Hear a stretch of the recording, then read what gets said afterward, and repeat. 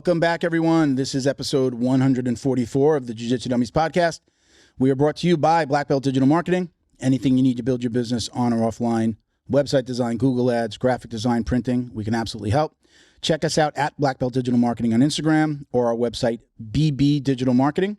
Request a free review of your online presence there today. We are also brought to you by academies.org. Academy Safe is a nonprofit whose mission is to help clean up the martial arts by advocating for background checks and safe sports certification for all coaches and staff members at every academy throughout the United States. Full disclosure, I am the founder and executive director of the Academy Safe. I'll be putting out more information as we build the organization, so keep an eye on our Instagram at Academy Safe for the latest, along with some of the really exciting partnerships and board appointments. I'm going to blow your mind with one of our board appointments next week. I think you're going to be really surprised at who's going to be involved. So I'm Milton Campus. I'm a black belt training out of South Florida. We got Ben behind the camera. Say hi, What's Ben. up? Hey, everybody. How's it going? Ben, Kristen's on vacation, so Ben is filling in. So Ben doesn't know that he's supposed to say hello. Don't forget to like, comment, download, share, and click that subscribe button. We really appreciate all the support. Joining us in a few minutes is Cris Rodriguez. She's the founder of Gro Pro Agency and Gracia Pac MMA in Tampa, Florida. We'll get some more details on both of those. A few quick shout outs. Thank you to our friends over at Flow and Roll. Hands down the best custom gi and no-gi gear in the business. Don't believe us? Visit them on Instagram at flow_and_roll. Check out all the custom designs they've done for academies across the country. Visit their website, flowandroll.com, to get 20% off with code JJD. So that's, gis, rash guards, things like that. Gym owners, ask them about their incredible pre-order program, which can help stock up your academy with very little money out of pocket. It's a really interesting program, especially if you're a new gym owner. This is really cool. So I'm going to let him explain it to you, but you can email them at flowandroll, right? It's flow, the letter N, roll, flowandroll@gmail.com, or fill out the form on their website. It comes up right as soon as you visit their homepage. Fill out that form at flowandroll.com, and you get more information from Sean. Last but not least, Leo Optics. Where are my sunglasses? I love my Leo Optics. Woohoo! Look at me. Leo Optics is a sunglass and apparel company specializing in signature bamboo sunglasses. Their passion is rooted in the jiu-jitsu lifestyle, founded in Southern California with products reflecting our BJJ lifestyle, right? So code JJD for 10% off, and the website is leooptics.com. All right, there we are. All right, let's get Kristen here. Let's do it. Hello. Hello. How we doing? Good. Thank you for being patient. I appreciate it. No, and that was a great intro. Thank you. Very good. So I take care of the sponsors. Yeah, absolutely. I got a couple more at the end too. Okay. So, one of my first questions is, I followed you. I've seen the rise of your social media. I've watched. I did notice today, because I've looked at it before. So you are the founder of Gro Pro Agency, and the founder. It says founder. So are you still an owner of Gracia Pac? Or it looks like for the first time I saw like another @ and it looked like somebody else owns it. Did you sell it? Are you still involved? Fill us in there. I did. No, yeah. I sold my baby in January of this year to Billy Quarantillo. He's a UFC fighter and a friend of mine for the last 12 years. He trains under Matt Arroyo over at Gracie Tampa South, and he has been doing a great job in the transition. Hardest decision I ever made in my life, but it was the best decision. Yeah. So. Why? Tell me both sides of that. Why was it the hardest? I mean, I've known that I wanted to be a martial arts school owner since I was 8 years old. First time I ever stepped on the carpet. We didn't even have mats back then. Was March 15th, 1993. And I started at a Taekwondo school. Yeah. And I knew from that moment that this is what I wanted to do.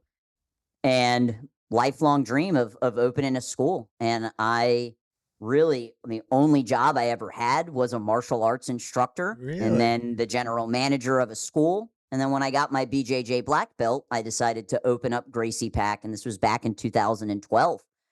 So since 2012, growing the school was my number one focus. But when you build a business, if you're a good business owner, you start to collect other skills.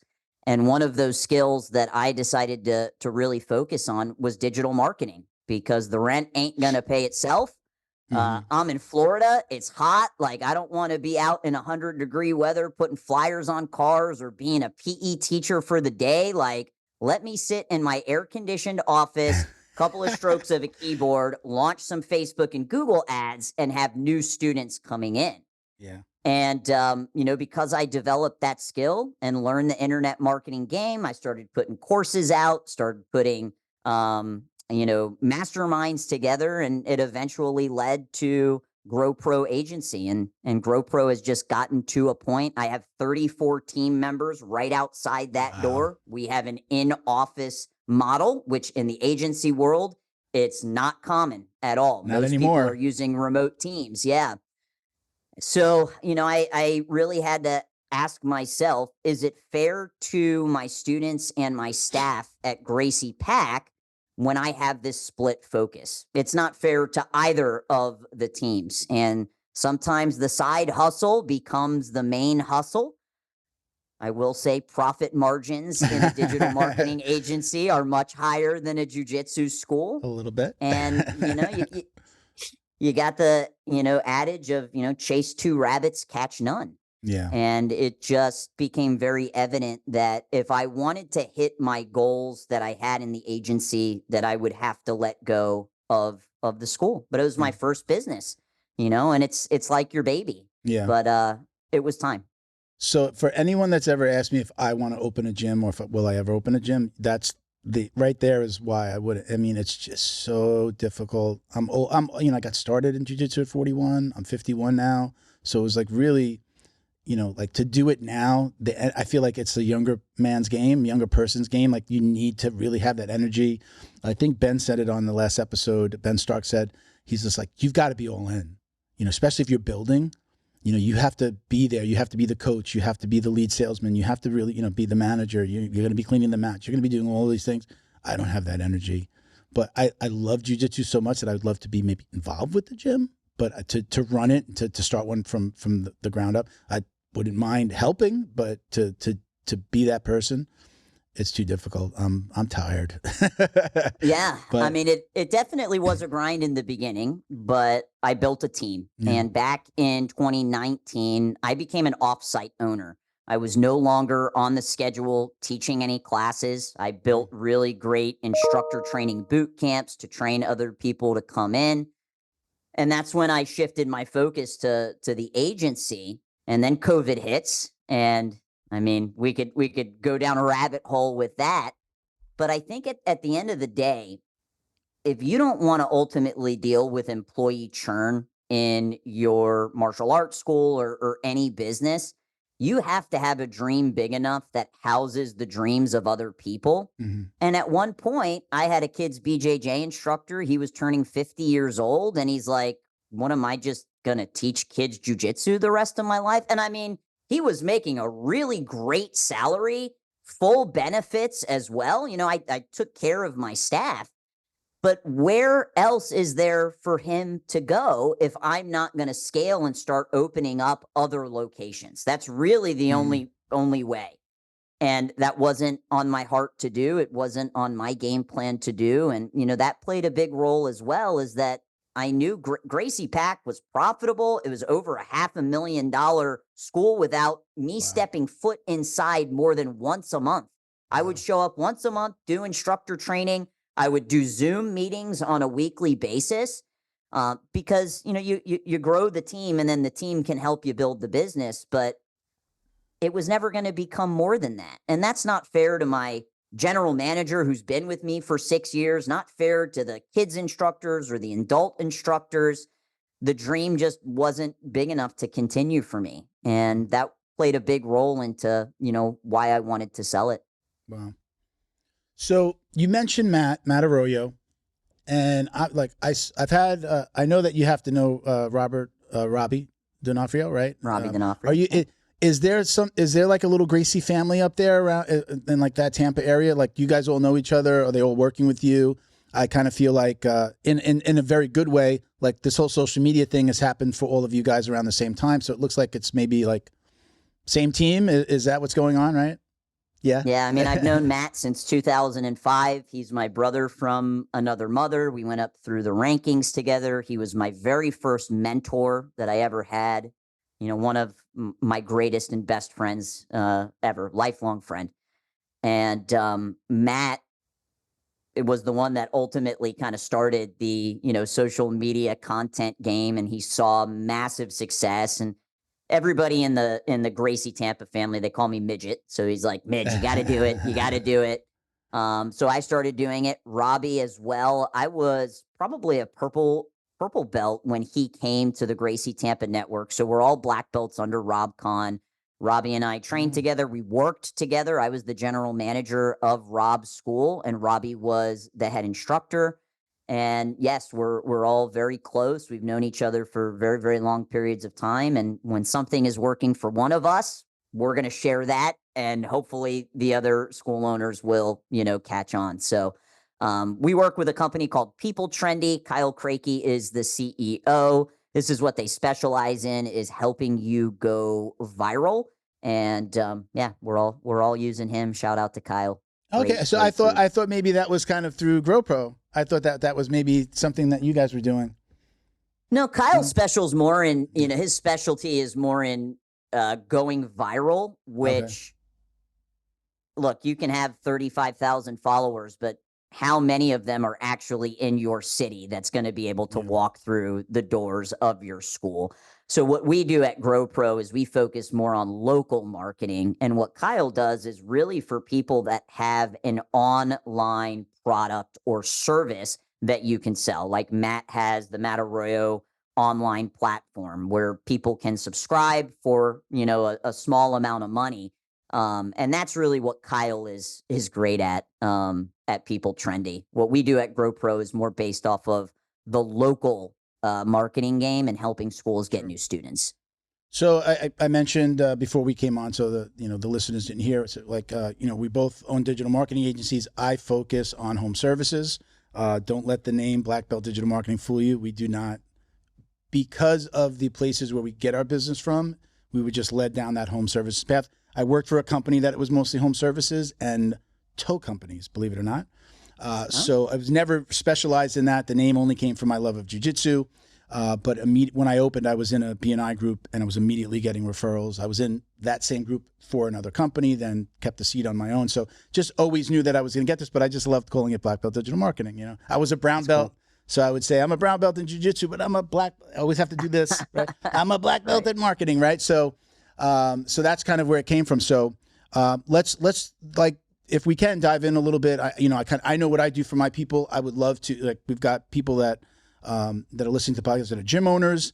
A lot of times the business that we get from the podcast are somebody who does jiu-jitsu who owns some type of business. Not that it's an academy owner. Most of the time we're getting somebody that's like, hey, I own a business. Can you help me? But let's dive a little bit deeper, if we can, into how you help gyms. But I actually want to start out. I had this question, then I saw that Charlie Vinch, who is a client of yours, actually had the same question. So what is the biggest mistake that school owners are making when they first open their academies? And I know that you put out a video on this, so I've seen your answer, but I'd like to share it with everybody for those people that don't follow you yet. Yeah, I mean, there's typically a lot of mistakes that school owners make, and if you make the first mistake, you're going to make the next two as well. So don't make the first mistake. And the first mistake is they don't get a coach.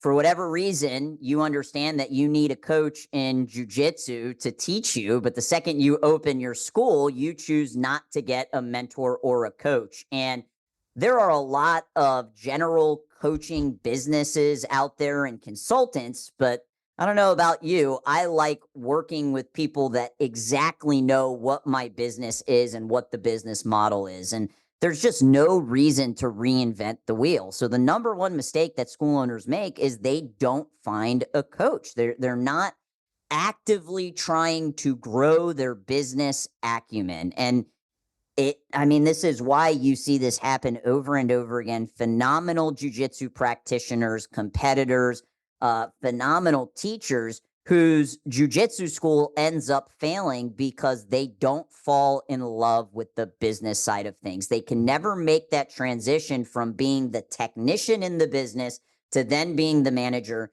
to then being the entrepreneur. So The first mistake is that they don't get a coach. The second mistake is that they don't reinvest their profits back into marketing. You see this all the time. A school starts to grow a little bit, and if you want to continue to grow, you need to put those profits back into marketing. The business owners that can really take it to the next level are the ones that continue to reinvest. And as a school owner, you also need to know the time periods of when you should be increasing your marketing budget, because we are seasonal. There are 3 times that the marketing budget has to increase. That's going into summer, coming out of summer, which is what we're doing right now, and going into the new year. And the reason why this is so important is because people's lives, their day-to-day are changing, right? The kids are getting out of school. It's summertime. Now they're going back in. Now it's the holidays. People like to make transitions and changes between the years. So you got to reinvest your profits into marketing, and you need to know the seasonality, because not only can you increase your enrollments during those 3 times, you can also lose a lot of students during those 3 times as well. Yeah. And then, finally, it's just they don't hire fast enough. And they want to do everything. And I don't know if it's ego. I don't know if they think maybe they can't afford somebody to come in and help. But if you scale the team, you'll be able to scale the business. So the schools that we see that are the most successful are the ones that go out and get a martial arts business coach, somebody that understands the martial arts. They reinvest their profits back into marketing, and then they hire. One last tip on hiring. Don't hire out the things that you love. For whatever reason, to start with, for whatever reason, you see this, a school owner's like, oh, I got to find another instructor. I got to find another instructor. It's like, dude, you love instructing. Why are you trying to go find another instructor? Why don't you go find somebody that can answer the phones and follow up with leads and do the sales, enrollment process, so you can focus on your zone of genius? I would hope that you're a pretty great instructor if you made the decision to open up a martial arts school. That's not the first thing you should outsource. It's the off-the-mat tasks that you should outsource first. So I'm a big believer in the coach, especially for a new business. I'm a big believer in finding a coach, a business coach, not a jiu-jitsu coach, a business coach and or a mentor. How, for specifically the jiu-jitsu world, how does somebody find somebody that is specific to martial arts? I mean, it's not easy. It's not easy. If you heard me earlier, we started a nonprofit, and I'll go into details on that another day. But, I've been messaging people like, I want an accountant that understands martial arts. I want a business attorney that understands martial arts. And it's been very hard for me to find like people that are very specific to those areas. How does somebody go about finding a coach? And does that just mean somebody like you who's also going to help with the marketing? Or do those people exist out there where you can pay somebody to be your martial arts coach? Yeah, 100%. So, I mean, as cheesy as this sounds, I would start on Google. You can go Google martial arts business coach and consultant, and you're going to get a list of people. But what I would prefer to do is leverage your network. If you're opening a school, you probably know other people that are opening a school. And I would find the ones that are the most successful, not the jabronis. Who's the most successful? And, success is such an interesting concept because everybody's definition of success is different, right? Some people might think a school that's doing $20,000 a month is successful. I know plenty of people that would say that's not a successful school. Some people's version of success is being able to go to the academy every single day and teach all of the classes. Other people's versions of success is, no, you know what? I just want to pop in when I want to pop in and teach the classes that I want to teach. So finding somebody whose definition of success is similar to yours and asking them, like, how did you do it? And I think having peer accountability is so important. That was one of the things that allowed Matt and my school to become so successful as quickly as we did, is we had each other. Matt is my accountability partner. So finding an accountability partner in the industry is an absolute game changer. But there are coaches out there. Here's the thing. There are many different ways to operate a successful school. My challenge to you is to go out and find somebody whose core values choose a coach or consultant whose core values are aligned with yours? Because I had to learn that the hard way. I was with a couple of other martial arts business coaches whom gave me great information, but they weren't great human beings. And it wasn't until I came across MAIA, the Martial Arts Industry Association, where I found my home. And I found them in 2015. MAIA, the Martial Arts Industry Association, is the longest standing consulting company in the industry. They're actually owned by Century Martial Arts, which is the largest retailer in the martial arts industry. And Century also owns Gameness, for those of you that, wow. you know, I didn't know like that. Gameness. Yeah. Yeah, I'm a huge Flow and Roll fan. We get Flow and Roll from Gracia Pac. You see me wear their Yep. spats in all my videos. But yeah, Century actually bought Gameness a few years ago. So what I think the problem is operating a jiu-jitsu school that much different than operating a taekwondo or a karate school? And I think you're going to get different answers. To me, there's a slight difference, but it's not that big of a difference. I think what the major difference is most jiu-jitsu schools are more focused on the adult program, and most traditional karate and taekwondo schools are more focused on the kids program. Now, for me, I'm 5'2", 125-pound female. I wasn't trying to scale my adult program. I grew my kids program. And I also have a background in taekwondo. And I think that taekwondo, karate, especially from the BJJ guys, oftentimes gets this rap of like, those are McDojos. They're not producing great martial artists. And it's like, look, you can have your opinion on that. They've been around longer, and they have the business operating systems that work.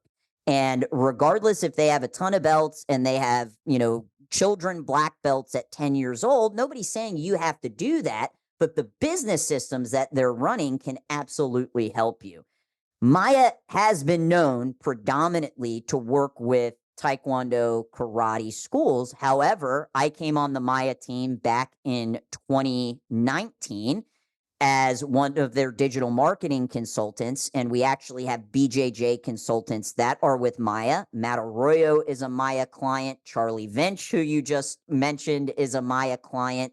And it's because people are realizing that, you know, running a jiu-jitsu school isn't that much different than running a taekwondo and karate school. But you got to do your research. And most of the coaching companies, just like an agency, are going to offer some form of a discovery call, right? And if they don't offer a free discovery call to get to know them, it's probably not a company you want to be working with. But do your research. Go on ChatGPT if you have to, and write in, like, what are the best questions I should ask a potential martial arts business coach? Grill them. And here's the thing. Most companies want to share their absolute best case studies. I know as a marketing agency, and you too, Milton, when people are like, oh, can you send me your, you know, case studies? It's like, yeah, I'm gonna find the absolute best ones, right? Yep. You got to ask for the average results, right? Because there are people that are going to have, you know, outlier level results. So you should ask, who do you work with? What kind of results have you gotten them? And do you have any proof of that? Or would you be willing to put me in contact with them? But I truly believe finding somebody whose core values align with you is one of the most important parts of choosing a jiu-jitsu business coach or mentor. Because I'll be honest, there are a few of them out there that they're kind of sleazy. You know, you see their marketing, and you know, I have some opinions also, on that subject. Yeah. Oh, let's hear them. I've recently left my academy. I'm not ready to talk about the why, but it has sparked me to start this nonprofit called Academy Safe, where we're preaching that all martial arts academies should have background checks on coaches, paid and non-paid coaches. If you're a staff member and if you're a coach and you're on the mat with especially kids, you should have a background check. We want everybody to do the Safe Sport certification through Safe Sport USA. That's just the beginning. We're also going to get into like what other things make an academy safe. You know, I had a heart attack when I was 43. Like, I want to see a defibrillator. You know, I want to know that staff is certified in CPR and first aid. So like we're also going to get into those things. But let me just say, without getting into details on why I left my academy, a black belt does not make you a good person, right? 100%. A black belt doesn't make you a good business person. It doesn't make you a good person. Being a good person makes you a good person. And that's a big part of why I left, and we'll be talking about it more. We have I have a podcast scheduled with somebody else to kind of give everybody the details of it goes into a little further. But it's very difficult, like you talked about, aligning with other people that that have similar views, and that's the best way to find a mentor or a coach. You can't be polar opposites. You've got to find some middle ground and some things that you agree on. But yeah, definitely, as far as scuzzballs in this world, for lack of a better term, they exist everywhere. And one of our missions is going to be to try to weed that out a little bit. We're never going to be able to clean up martial arts 100%, but it's certainly something that I want to focus on as as a jiu-jitsu practitioner and somebody who loves this world. But going back to, like, you were Gracia Pac MMA, right? Your logo was Gracia Pac MMA. How important do you think it is these days, with like the rise of just MMA and Bellator, UFC, Invicta? I'm watching a lot of One Championship now.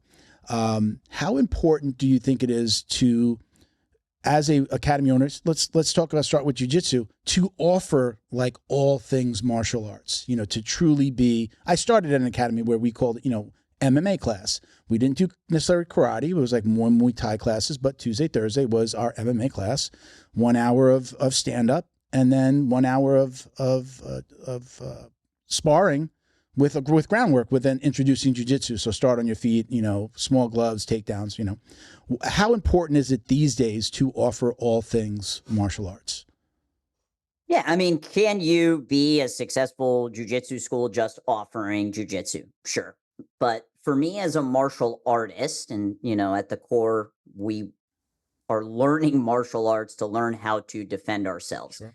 As an instructor, I want to make sure that my students can defend themselves in any scenario, whether it's on the feet, whether it's from a distance, whether it's close, whether it goes to the ground. And I do think that you are doing a disservice to your students if you don't teach them how to protect themselves in all of those different areas. So from like a philosophical standpoint, that's the reason, I also started in Taekwondo and learned kickboxing, and I did Bang Muay Thai for a while, and I've done an MMA fight. So you got to learn some wrestling and some jiu-jitsu. So my background was mixed martial arts, right? I mean, I learned different styles of martial arts, put them together. There's your mixed martial arts.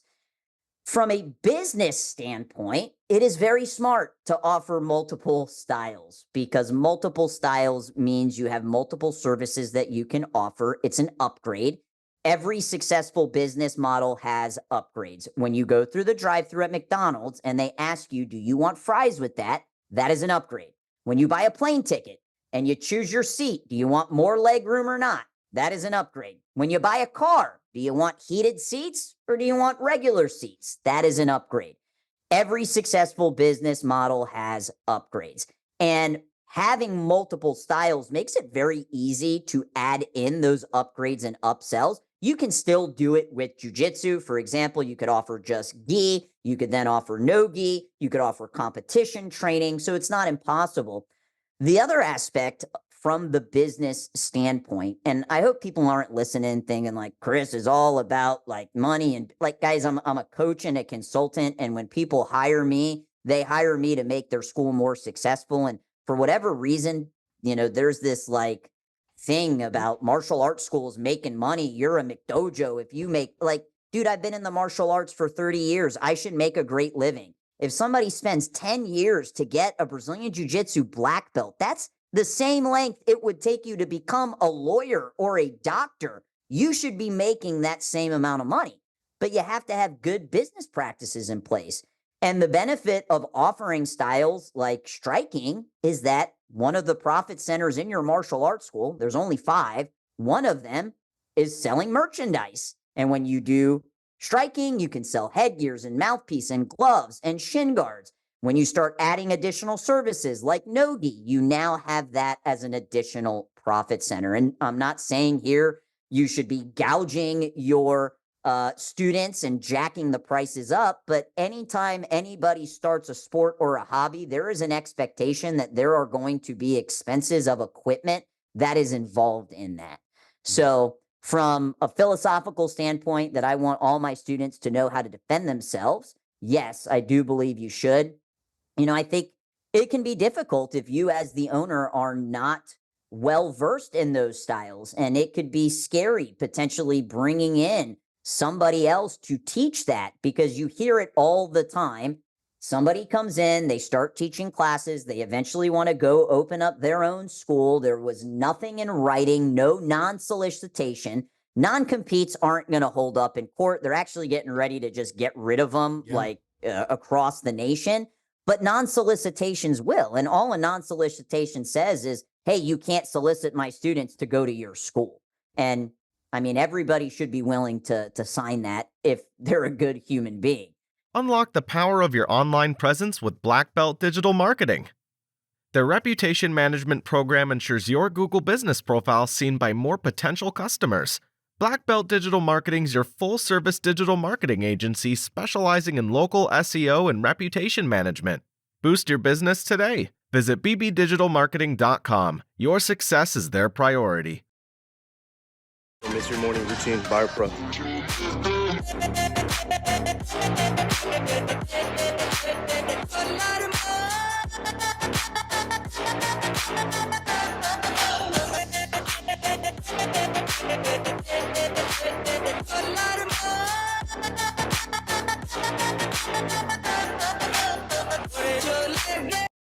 Special thank you to the crew over at Flow and Roll for all their support.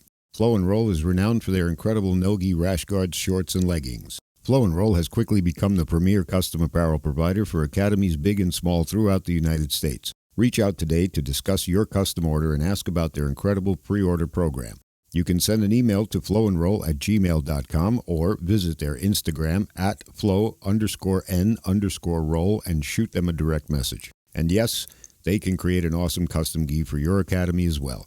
Visit flowandroll.com to check out their awesome designs, and while you're there, pick up a Jiu-Jitsu Dummy signature tee exclusively at flowandroll.com. And remember, you'll get 20% off your purchase of t-shirts, rash guards, or gis with code JJD. So I think that can be a little bit scary, bringing somebody in to teach that program, and then you develop a student base, and then what happens if that person leaves? Which it's why it's so important that you offer things like instructor training, and you're constantly building your bench strength in case that person does leave. But in today's world, I want my students to know how to defend themselves. I think it's also really great for retention when a student maybe gets a little burned out from jiu-jitsu, having the ability to go to the striking class. Also, jiu-jitsu, man, it's a slow burn. You'll have students that start in jiu-jitsu that they don't get to a dominant position for like 6 months. It's not instant gratification. And striking, hitting something, punching something, that is instant gratification. It's why you see the Mayweather boxing gyms, the title boxing gyms, the I Love Kickboxing, those fitness kickboxing type gyms have exploded over the years because it's great stress relief to punch and hit something and, oh, cool, I don't even have to worry about getting hit back in the face. So that was my very long-winded answer of yes, I do think martial arts schools should offer multiple styles. I was at an academy where it said on the window, it said karate, wrestling, kickboxing. We only did jiu-jitsu. It had the sticker. And when I talked to him about, we were talking a little bit, he actually wanted me to take phone calls for the academy. And I was like, I don't know that we could do the sale for you. I said, well, what Gro do you Pro say? can do that. There you go. In case there you go. Anybody wants. Don't work with my old gym, though, please. I'm going to give you his name. Do not work with them. won't. So he would say, like, if somebody called and asked, I said, what do you say when somebody asks, like, what time is the karate class? He would just say, yeah, yes, we offer karate. Just come in, he would get them through the door to do like the tour, and then it's just jiu-jitsu. I do understand. I'm not saying that it was right, but I did understand the methodology that most people that are asking for karate don't know what they're asking for. They don't know. When a mom or dad or somebody just like looking to get into martial arts, they say karate, but they don't know what they necessarily want. And although jiu-jitsu is like this, also this verb of, right, like we say, you know, like mental jiu-jitsu or verbal jiu-jitsu, right? It's become this thing. Like not everybody truly understands that part of it either. So I understood his methodology. I didn't think it was smart to do, because I figure I'd rather not piss anybody off than have somebody come waste It's a their little time. bait and switch, right? Yeah, you know, then it's just like, hey, we just do jiu-jitsu. But with that, I want to go to our next question. This is from Stay Strong BJJ. Out of New Jersey. Again, this might be somebody that you know. So it says, as a gym owner, please explain your saying, quote unquote, math is the path. And he says he loves your content as well. And he's got a second question that we'll follow up with as well. Yeah, I appreciate that. So math is the path. Look, if you want to get better at anything in your life, whether it's your finances, whether it's your fitness, even your jiu-jitsu, you need to track it. And in your business specifically, because I do a lot of business coaching and consulting, you should be making data-driven decisions, not emotional or this is like my gut instinct. Show me the numbers, because the numbers are going to tell you a story in your business. This happens all the time, right? We'll have a school come to us and like, oh, we need more leads. We need more leads. And it's like, okay, well, show me your number of leads. Then show me how many do you convert into an appointment, how many show, and then how many close. And they'll have like 100 leads that come in, but only book 10 of them. And it's like, I don't think you have a lead problem. I think you have a lead follow-up problem. But unless you are tracking those numbers, you're not going to know, and you're just going to guess. And, there is a law of numbers to understand in a business, especially as a business grows. And this would happen with my program director at Gracia Pac. We'd be in a level 10 meeting and she'd say, yeah, all the parents are saying this. And I'm like, all the parents? Who? And she'd say 2 names. And it's like, we have 250 children students. That 2 out of 250, that's like not even 1%. So numbers tell us a story, and the business owners that go from good to great know their numbers. You know your numbers, you know your business.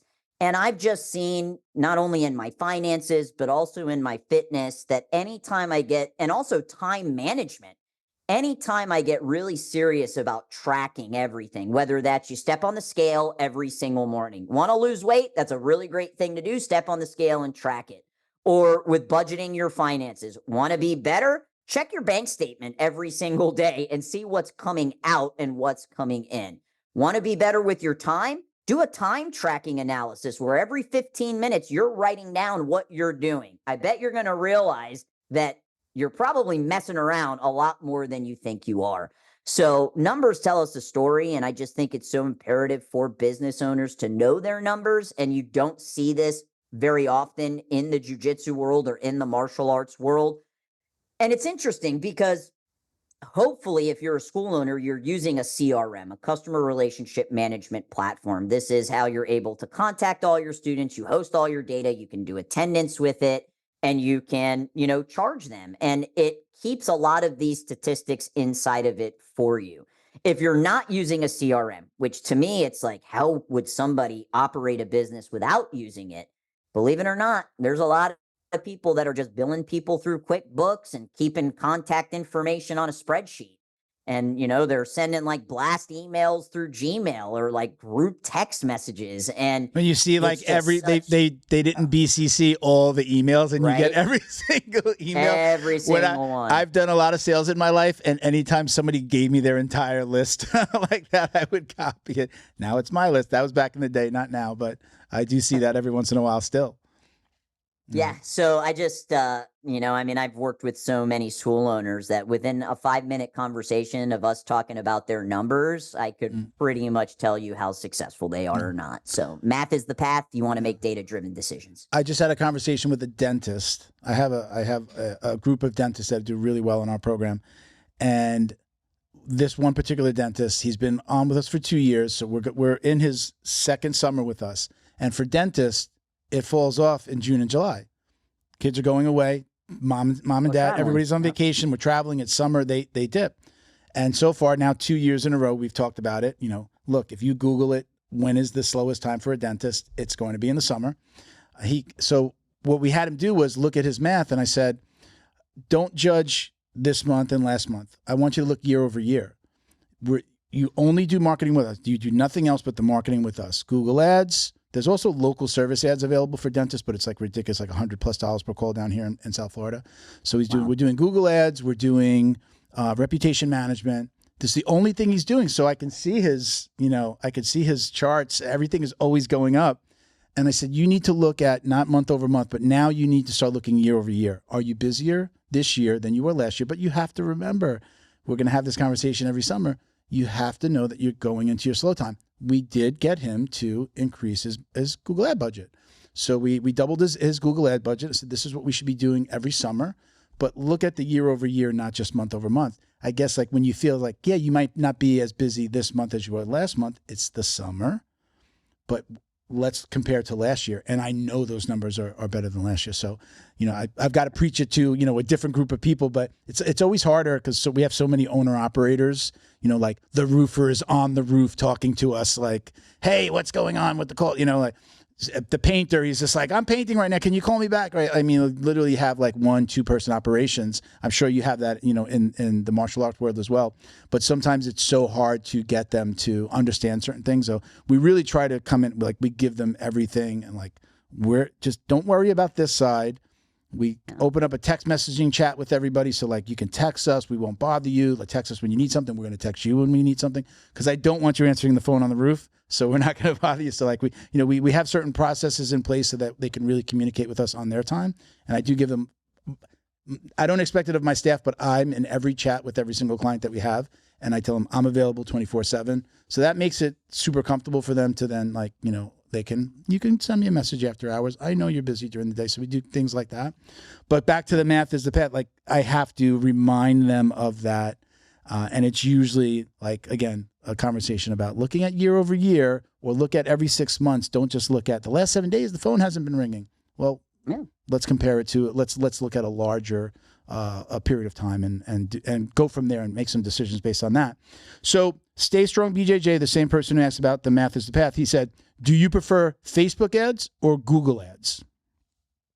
Both. Life is better with options. And you just have to understand, right?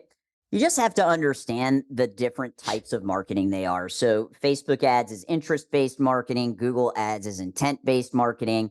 I kind of look at Facebook as my future buyers, and I look at Google as my today buyers. What do you want? Do you want future buyers? You want today buyers? I want both. And the way that Facebook ads, the only way that Facebook ads are going to work for a martial arts school is you have to understand the interest-based marketing aspect, that these are not people that are actively searching for jiu-jitsu or martial arts on Facebook. We're creating audiences of people that we think might be interested, that are close enough to come to our facility, and we're putting an ad in front of them. And Facebook has, the algorithm changes all the time, but right now, Facebook wants people to stay on Facebook. And that means they're really prioritizing something called lead forms, which basically a little pop-up comes up. Your information is pre-filled out. And some people's information is no longer accurate. The phone number that they signed up, that they had when they signed up, the email.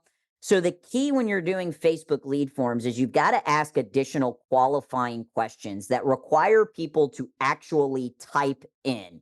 The more qualifying questions, the more customer friction that you're adding, which in the Facebook world, this is a good thing because it's going to ensure that a good quality lead comes in.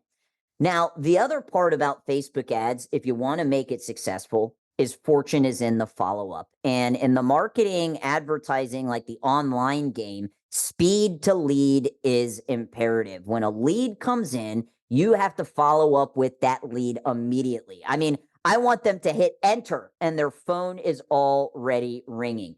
But what often happens is a school owner gets a lead. And I mean, this is every business, not just martial arts schools, but they get the lead and they're like, oh, okay, let me call. They call, they don't connect. And then the lead goes into the black hole of leads that never get followed up with again. And if you look at other successful industries outside of the martial arts that have scaled big, they have teams of appointment setters and salespeople that all they do is make phone calls. It's the reason why Gro Pro Agency is the largest digital marketing agency for martial arts schools, is because I scaled my team first. I literally have somebody on payroll that all he does is follow up with leads 8 hours a day. What do you think our sales calendar looks like then? It's full, right? Now, can you do that in a martial arts school? No. But what you can do is, can you take 30 minutes to an hour on a daily basis to focus on lead follow-up? Yes, you can.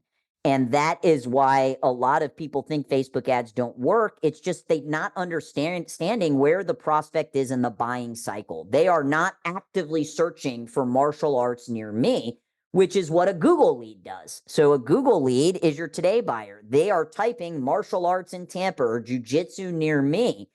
But the thing with those leads is they're more expensive. Why are they more expensive? Because it's a higher quality. So with Facebook, I kind of look at it like having a big dump truck worth of dirt that has been laid at my feet. And there's gold nuggets in there, but I got to go digging. And that's hitting the phones over and over again. And Google, it's not going to take as much effort, but what it is going to take, it's going to take more money, because everybody wants those Google leads, because those are the today buyers. So my answer is both. My analogy for those, I call it Google's fishing with a hook, Facebook is fishing with a net. And 100%. So I know for me with home services, it's the same, it's kind of the same thing. But with the local service ads available for home service companies, and even, right, you've got Google Guaranteed and Screen Side, so professional service and home services. So I'm usually saying, okay, Google ads, local service ads, and then social media, because there are these two products that work. They've opened up a lot. They don't have local service ads for martial arts schools. Not yet. Yeah, so. I haven't seen it yet. They have, like, again, I'm keeping an eye on dentists, but my dentists, the ones that I have down here in South Florida, it's 100. I think it's like 112 on the low end in Miami. It's just not, like, nobody wants to pay that. That's, especially if they're already getting activity from, from just regular Google ads and reputation management. But it's super difficult. But okay, let's move on to our next question. So this is Kodiak Combat Collective. Again, I'm not sure if this is a client. I'm not sure if people that were following you were asking a lot of these questions. Anything related, he wanted us to talk about anything related to someone trying to get an academy started. So he's like, making connections, which we covered, and then getting BJJ specific marketing data. We talked about mentors as well. Those were the 3 or 4 things that he asked about. But let's talk about jiu-jitsu specific data.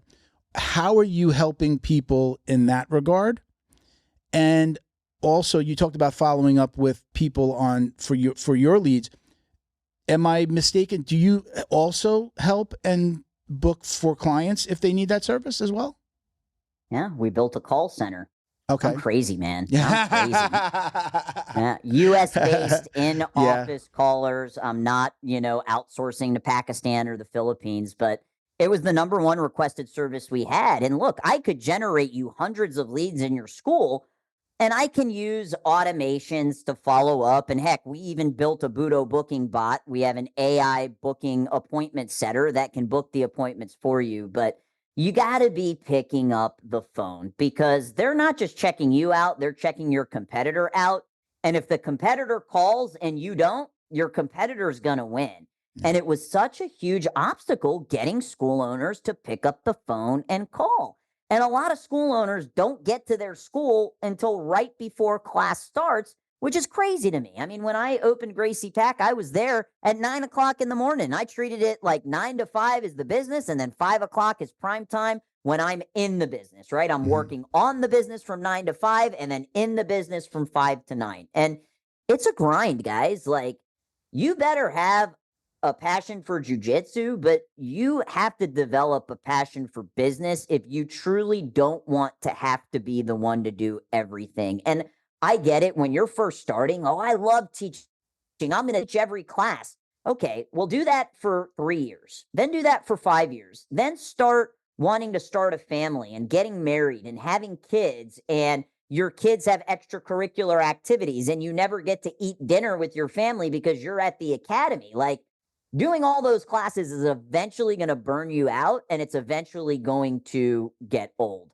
So you have to love the grind, and you have to be just as passionate or learn how to become just as passionate on the business side. But in terms of figuring out a market, there are very saturated markets. There's a great book called Blue Ocean Strategy. And, for especially like someone like Milton down in Miami, and even me in Tampa, there's not just a crap ton of jiu-jitsu schools. There is a crap ton of martial arts schools. Now, that's something you need to consider when you are going into a new town. If there's a lot of martial arts schools, that's actually a good sign, because that means that, hey, there's probably a lot of people and it's a big enough demographic for us to go in, but you're also going to have more competition, right? Especially with online marketing, because it's an auction. The more people that are advertising, and it's not just martial arts schools, it's anybody that's vying for the attention of that audience, the more expensive it's going to be. The other thing that you have to consider is when you choose a spot, there's kind of two ways you can go about it. There is the grocery anchored store, which typically has a very, very high rent. However, it has a lot of foot traffic. And because you get a lot of foot traffic, your potential other marketing dollars don't have to be as much. So you can go that route. And this is very popular in a lot of the martial arts licensing and franchise companies that are out there. They teach these, licensees or franchisees to go out and anchor to a grocery store. So like in Florida, Publix is like the best grocery store. If you've never had a pub sub, you got to go get a pub sub. Right. But if you go that route, you're not going to get a huge space, which you really don't need. I think that is such a big mistake that so many school owners make is, they want 3, 4, 5,000 square feet. I started in 1,000 square feet and built my school up to $10,000 a month with very, very minimal expenses. And I actually think that's one of the best ways to start, is by subleasing in a gym. That's how I got started. It's how Rob Kahn got started. I sublet a Zumba room. They were teaching Zumba. They got rid of the Zumba, and I put my jiu-jitsu school in there. My rent was not even $1,000. I didn't have to pay electricity. I didn't have to pay, for cleaning. I didn't have to clean any of the bathrooms. I didn't have to pay for internet. It was one of the best setups. And I think in the beginning, we want everything to be perfect. And, I see schools investing $50, $60, $70, $100,000 or more. It's not necessary. With 10 grand, you can start a jiu-jitsu school. Your biggest expense besides your first and last month of rent, right? You'll probably have a deposit you have to put down, and then landlords are going to ask first month and last month rent. Your biggest expense is going to be mats, right? I mean, if you had a building and you had mats and electricity, you could be up and running in no time. So that's a couple of ideas in terms of if you wanted to do grocery anchored store, or you could go the more industrial park, which is actually what Gracia Pac is in now. It's in a 5,000 square foot industrial park. When I signed the lease, there was an air-hedged trampoline arena right next door, which was a great attractor. And there was also a dance studio right next door. So I still had some foot traffic, but because it's in an industrial park and not a retail space, I think when I first signed the lease, it was 5,000 square foot. I was paying $5,000 a month. It was $10 a square foot, which is unheard of in Tampa, Florida. When you start looking at grocery anchored stores, you're talking $30, $35, $40 a square foot, and they're usually triple net. And that's important to understand when you're negotiating a lease.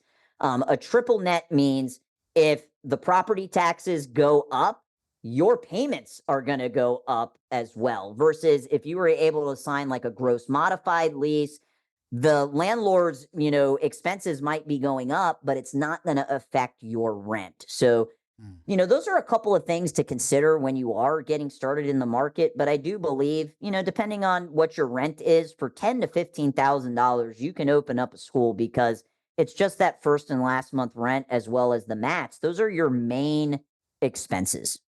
Okay. So we have our last listener question. This is a friend of the show, John Way from John Way Martial Arts. He's a Kung Fu Sifu. He's a black belt in jiu-jitsu. Love John. He says, do you know John as well? Mm-hmm. Awesome guy. I just spoke to him the other day about Academy Safe, and he liked the idea. So I love, one of the things that the podcast has done for us is kind of the relationships that we have, like able to run ideas by people. Like, would this work? What do you think about this? Either having them come on the show talking about it, or just being able to run ideas past people. So it's been really cool, and he's one of those people that I like to do that with. He wants to know. He says, "Where do you see the business landscape for BJJ academies evolving in the next several years?" Now, this kind of might go hand in hand with maybe my question before about the MMA side of things, but I'll let you answer. Yeah, I mean, jiu-jitsu is just getting even more popular. And I got to be honest with you, like I reminisce about the late 90s and early 2000s where not a lot of people knew jiu-jitsu. There weren't a billion different types of guards and, submissions and positions. It's like we had closed guard, open guard, and half guard back then, and now there's a million different types of guards. But it's becoming more popular. You see major celebrities out there that are training and competing. Tom Hardy, Mario Lopez, Dave Bautista. You've got major influencers out there. Jocko Willink, Tim Kennedy, Cody Sanchez pushing BJJ. It's only going to continue to get more popular. And, Milton, I really love this Safe Academy concept because when you think about what is the requirement of opening a martial arts school, there is none. There's nothing. And we ran background checks since day one on all of our coaches, whether you're working with the kids, whether you're working with the adults. We did CPR training for all of our coaches as well. And it's just so interesting that you don't need anything in order to open up a martial arts school. I mean, you could order your black belt literally online if you wanted to and make up a story. And there are people that have done that. One of the things I'm a little concerned about, and, I'm not in the tournament competition scene nearly as much. When I first opened Gracia Pac and when I was teaching the kids program at Rob Kahn's school, I went to every freaking tournament. I was actually the tournament director for Grappler's Quest, which for my old school jiu-jitsu people, about Grappler's Quest. Them and Naga were like the two main big tournaments in the early 2000s. And I traveled all over the United States, and I even competed in Turkey on Team USA. So competition was a really, really big part of my life, in my late teenage years and early 20s. And when I decided to open up Gracia Pac, personally, I stopped competing. I shifted my focus on building the business and building the team. But we still competed a lot as a team. And as you know, Florida is a mecca of jiu-jitsu. There are freaking tournaments every single weekend, every weekend. Yes. And, you have families and kids and parents that are really big into that culture that want to go out and compete. And coach, can you come out? And it's like, it's not fair to my coaches to ask them every single weekend to go out and, spend an entire day. And then you're just dead tired because you're there all day. You're screaming. It's hot. It's this hurry up and wait thing. It's not fair to the coaches to ask them to do that. So we had to make a new rule that as a team, we're going to compete in one tournament a quarter, and we will send a coaching staff out. And if you want to do additional tournaments, you're welcome to do it, but we can't guarantee a coach. And it's just because there's literally a tournament in Florida every single weekend.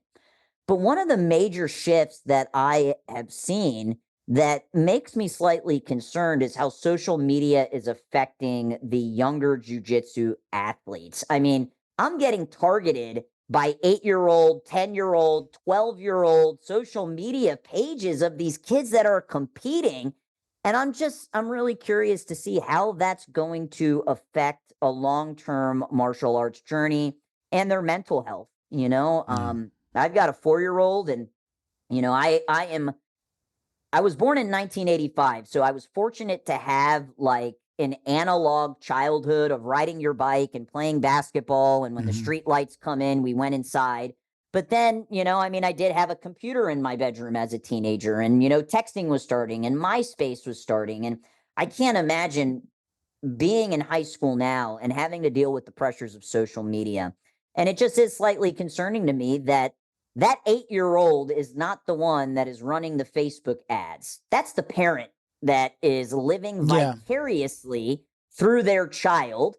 And, you know, you just see this often, especially in the kids' BJJ world, of especially dads living vicariously, living their glory days of when they were an athlete, and, you know, trying to impress that upon their kid. And I don't know, it's just, when I saw that, when I got targeted for like a 10-year-old, you know, fan page on BJJ, I'm like, what in the world?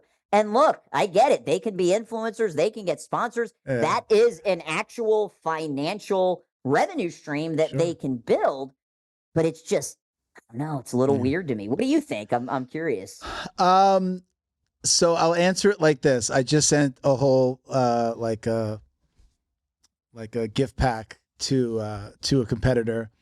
So we have a lot of kids that follow the show. In the beginning, you know, I've had kids on I've had a few kids on the show, younger competitors.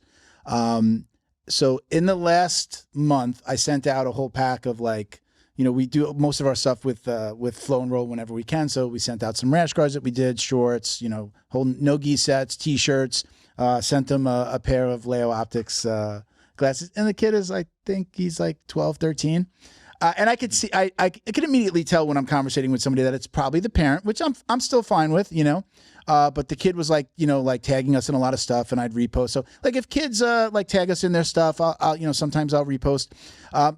But what happens is when you do it for one, then you get a whole bunch of other, like, they, you know, he posted that he got our package. And then I'm getting more, you know, I get more people asking, or younger kids asking, and I feel bad to say no. One of the things that happened is our relationship, you know, Flow and Roll's been with us since the very beginning of the podcast. Episode 1, we were giving away T-shirts like we do now. We'll give a T-shirt or a mug to a listener whose question we've used on the show. So we were working with Flow and Roll from the very beginning. So most of the time I'd get gear, and I was like, I'd send it out. But then I started to say, wait, you get the client. I'm going to send them to you. Let them go to your website. Now they get into your, you know, your system, and, like, they're yours, and send it out. So we've done all of that. But Sean has this huge presence. Flow and Roll has this huge presence within that the kids tournament system, Jits Kings, and some of the, you know, some of the smaller, you know, you're right, some of the smaller tournaments up there. And so he had a huge kids following. So that transferred to us when we were doing the podcast. So we've had that from the beginning. You know, we do not very, I can't say, like, you know, it's called Jiu-Jitsu Dummies. We love to have fun with it. I started this with like 5 training partners when I first did it. So it was like a round table, but we'd curse, and sometimes we'd be like, oh, wait, there's kids listening. Like, we had to be a little careful. So now kind of like, I don't really necessarily have a filter, but we're not, you know, cursing like sailors. So we've had that follow over. As far as the concern about, like, social media, I think it's just a grander conversation about it's affecting kids, period. I mean, you know, look at the news, you know, watch the news for a week, and you're going to see, like, you know, a kid got, you know, bullied, cyberbullied, and commit suicide. So I think it's horrible. I had a question loading for you, which is, as somebody who has a 4-year-old, when will you allow them to get on social media, and do they train? So I'm going to toss that back to you and then finish my answer. Yeah, Cruz is 4, and you know, maybe the pitchforks are going to come out, but I am starting him at a Taekwondo school. Okay. So he started his Taekwondo journey a few months ago, right when he turned 4. You know, we'll do Gracie games and stuff like that at home. We've got mats that we can roll out, but I do believe at that age group, out of all of the martial arts, a good Taekwondo school is kind of the best place to start. Yeah. He will eventually do jiu-jitsu. The rule in our house, because I have 2 older sons, as long as you live under this roof, you are going to train martial arts. Sure. I look at it as a life skill.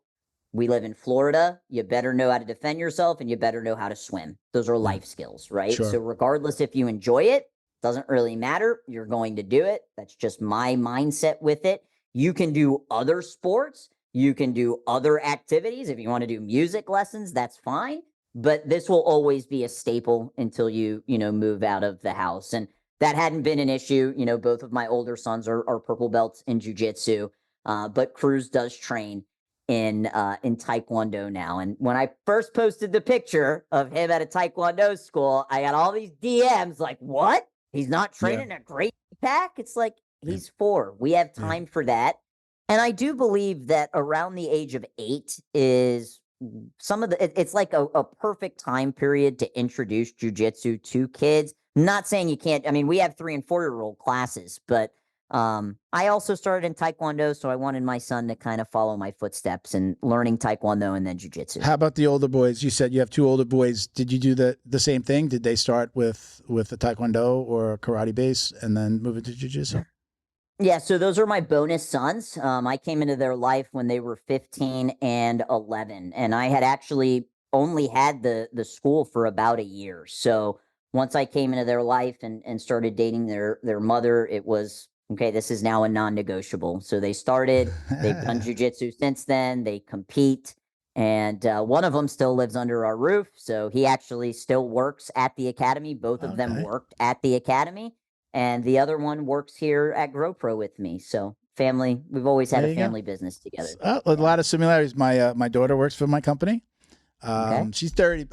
My daughter and her fiance both work for the company. They're both in their early 30s. They were both teachers. They both hate teaching. It's just like, it's miserable now. It's just like, it's gone just off the rails between the kids and the phones, and then the parents are just super incredibly difficult. Little Johnny never does anything wrong, right? Yeah. The support, the financial support for the classes, and it's just, they were both miserable. My son-in-law is just finishing up he did not re-up his contract in Virginia for his school, teaching high school. He is currently teaching summer school at a college. He teaches a summer school class. And as soon as he's done, that's it. He's done with teaching, and he's a full-time salesperson for the company. We've already been integrating him in, and he actually got his first 2 sales this month in July. That's awesome. So we just started him. Same thing, same business model, get him in BNI, get the referrals, and then he just started getting sales after 60 days in BNI. So sales is the number one skill. The number one skill you can learn. I mean, you can literally write your own paycheck. But to go back to your question about the social media, I think as parents, we're in an interesting, kind of predicament, because technology is here. It's here to stay. All future careers, some of them are going to be gone because of AI, but there's going to have to be people that know how to program the AI and work with the AI. So it might take away jobs, but it's also going to build new jobs. So I think if you try and, completely take away tech and social media in general, that it could actually end up hurting. But, for now, our kind of thought process is our older kids, they didn't get a cell phone until they could drive, which in the state of Florida is 16. So my thought is, once you get the cell phone and you can start driving, if you want to choose to have social media profiles, that's fine. But I think where the big mistake that parents make are allowing kids, and a 16-year-old to me is still a kid, you're not an adult yet, allowing them to have access to their phone in their room with the door shut. And that is a rule that we will not have. Your phone's going to need to stay out in the living room when you go to bed, because I think that's where a lot of that, depressive state can go. It's that doom and scroll that happens in this constant comparison game. And if you're by yourself in your bedroom, you can get in a pretty deep rabbit hole. So I'd rather be able to have them do that, around us, so that they're not alone if something does happen. But who knows? That could change, right? It's going to be 12 years before Cruz is 16. I'm just glad I don't have to worry about it right now. Did you have pushback from the older kids about not having a device? My friends have a device. What, did you get a lot of that? I'm sure. No? Actually, no. We have two very fortunate, 2 very awesome kids. And, they both got iPhones when they, started to get a car and to drive. And I think they were just so excited that they got a car and they got to drive. It was like, oh, well, the phone's cool too, but I got the freedom of driving. So we have very respectful boys. And, I think that them training in the martial arts played a huge role into, having that level of respect, not just, to us as their parents, but to, other people. My son, Nate, is always yes, ma'am, no, ma'am, yes, sir, no, sir. And you don't see this a lot in jiu-jitsu schools. And this was a requirement in our kids' program. It's not, at first, I used to require them to say yes, coach, no, coach. And I'm like, got to thinking, like, that doesn't translate to any other areas of their life. Yes, ma'am, no, ma'am, yes, sir, no, sir does translate. And, my son, Nate, he'll be in the grocery line and, he's talking to the cashier. Yes, sir, no, sir. And they're like, oh, are you in the military? Like, no, sir, I've just trained martial arts. So, I think that them, growing up in their teenage years in that definitely helped. So I'll go back to finishing my answer on the social media side of things. So, I tell people, if it wasn't for the fact that I'm, running businesses, and usually, you run a business, you start social media, I would not have social media if I was not in this world. I've got to do it for the podcast. And I enjoy it. I think it's fun. It's funny. And, I like to have fun with it. Like to have fun with everything that I do. I think, it needs its limitations for kids. You need to be able to say, put the phone down, or you can have this many hours. You can be on I know for at least an iPhone, right? I can limit the amount of time that they're on the internet. My stepdaughter used to come running to us and be like, can I get another hour? I got to do this thing. And we'd have to go into the phone and she wound up being number 8 in her class when she graduated high school. So it was awesome. We always knew she was at the top. So we were able to let her get away with it. We actually used to argue with her to take breaks from doing schoolwork. She would lock herself in the room and read books and do schoolwork and be like, you need to take a break. Because sometimes we would see that it was getting the best of her. But with social media, I think putting the limitations, the thing is, the problem with somebody who tries to put limitations on social media for somebody and they don't have an outlet like martial arts. I thought this is where you were going when you said he also had martial arts and it taught them respect. If they don't have this place where they can be social, right? If you just have a kid that you say you only have 2 hours of internet every night, what are they going to do? They're going to maybe wind up watching TV, or they wind up doing, maybe going out and doing things that they shouldn't be doing. But if you put limitations on the social media, but you're replacing a good hour plus a day with something with discipline like the martial arts, they're also getting their social bucket filled, right? They're getting that, They're socializing, right? That socialization skill is still there, where when you don't have it and you have the phone, they're learning how to socialize online, and you're socializing with people that you know. How many people follow you that you actually know, that you actually have over for dinner, or would say, let's go have a drink, or let me buy you some dinner, right? I've got, I don't even know, whatever amount of followers on Facebook. I don't know. These are people from high school that I don't talk to. There are people that just are within this community, and you got to have it. It's a necessary evil. But I don't know these people. My closest friends are going to text me and say, hey, they're not getting to me through Instagram and saying, let's go to dinner. They're going to send me a text, hey, let's go get a drink, or let's get a bite to eat. But if you don't fill that, if you put limitations on social media, or you don't give them a phone until X8, you better be filling that with something else. And the martial arts comes into play. Huge fan of it. I have a 30-year-old daughter and a 19-year-old stepdaughter. Nobody did martial arts. And I didn't. I did a little bit of martial arts and taekwondo when I was a kid, but really got into jiu-jitsu in my 40s. And, raising kids, I wasn't, I wasn't with my biological daughter's mother. So there was no push. I wasn't doing it myself. So it wasn't get into martial arts. Now I preach it. She works for the company. And I'm like, you should really learn martial arts. I'm pushing my son-in-law. I'm like, how are you going to protect my daughter if something happens? What are you going to, so now I'm in his ear about that. I know I'll get them into an academy or get them somewhere, but without replacing it, you're really just wind up, it's like yelling into a void. Don't do this, but you're not replacing it with something else like martial arts, which I think is key if you want to keep them off of social media. And then honestly, you get them tired out on the mat, and then it's easier for them to not want to be get home and now I'm going to spend out, right? They want to go home, do their homework, if that, take a shower, and they're tired and they want to be in bed or in front of the TV and fall asleep. So I think that's the way it can go. I don't think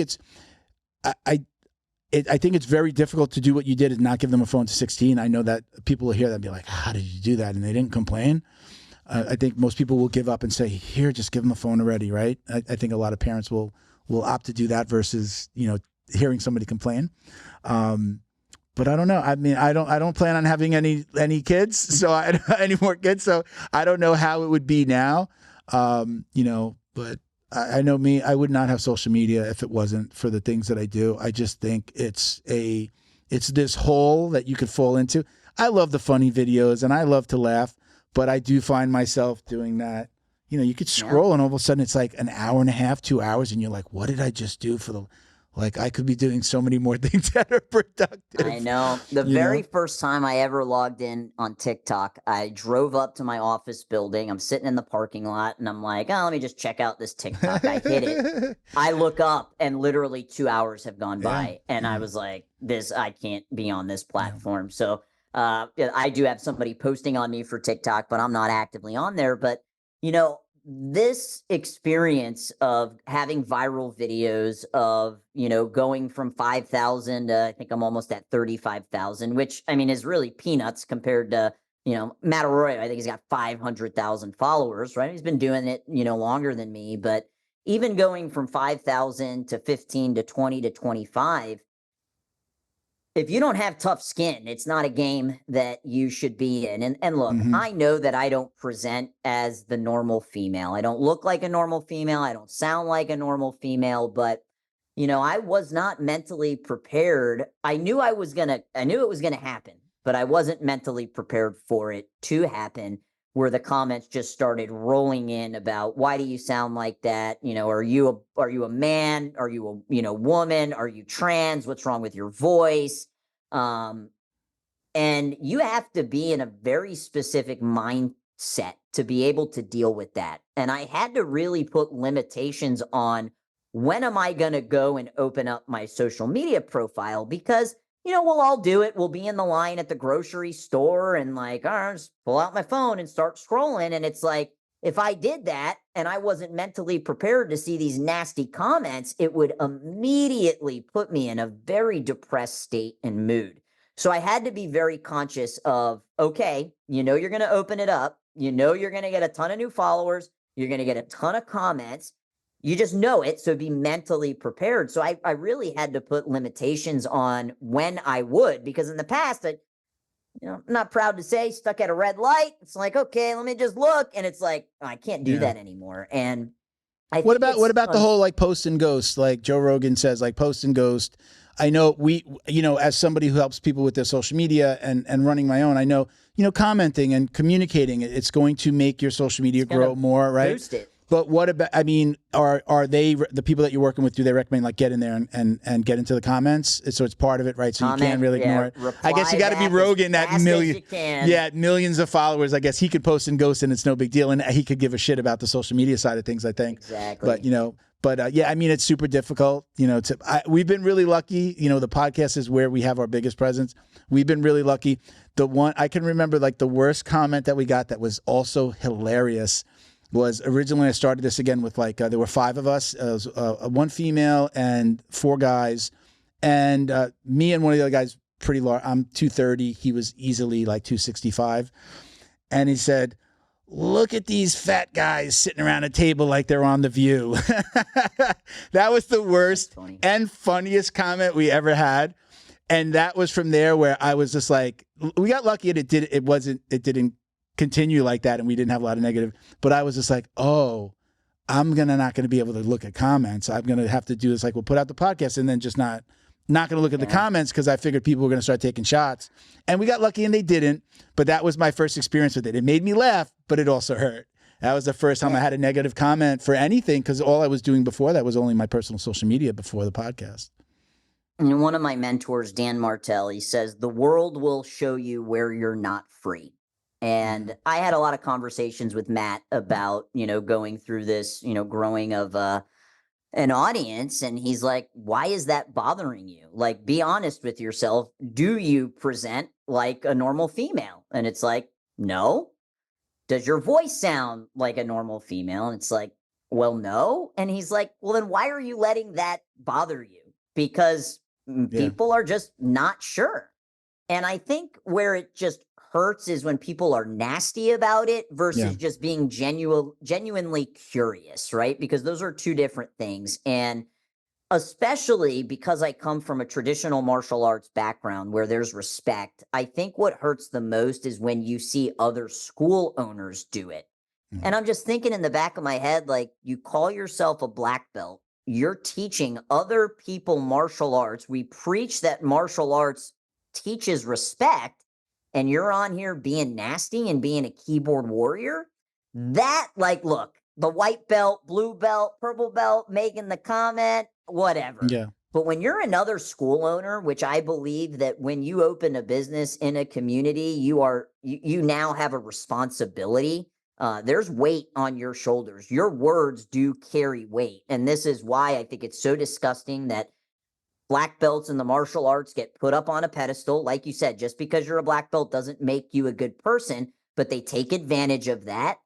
And it just makes me sick that a BJJ black belt or an instructor or a school owner would go online and be disrespectful to somebody that they don't even know when we're preaching that martial arts builds confidence, discipline, and respect. Character. And will help your child overcome cyberbullying. And it's like, you're being a hypocrite. And I think that's the biggest frustration of, the social media game for me right now. Yeah.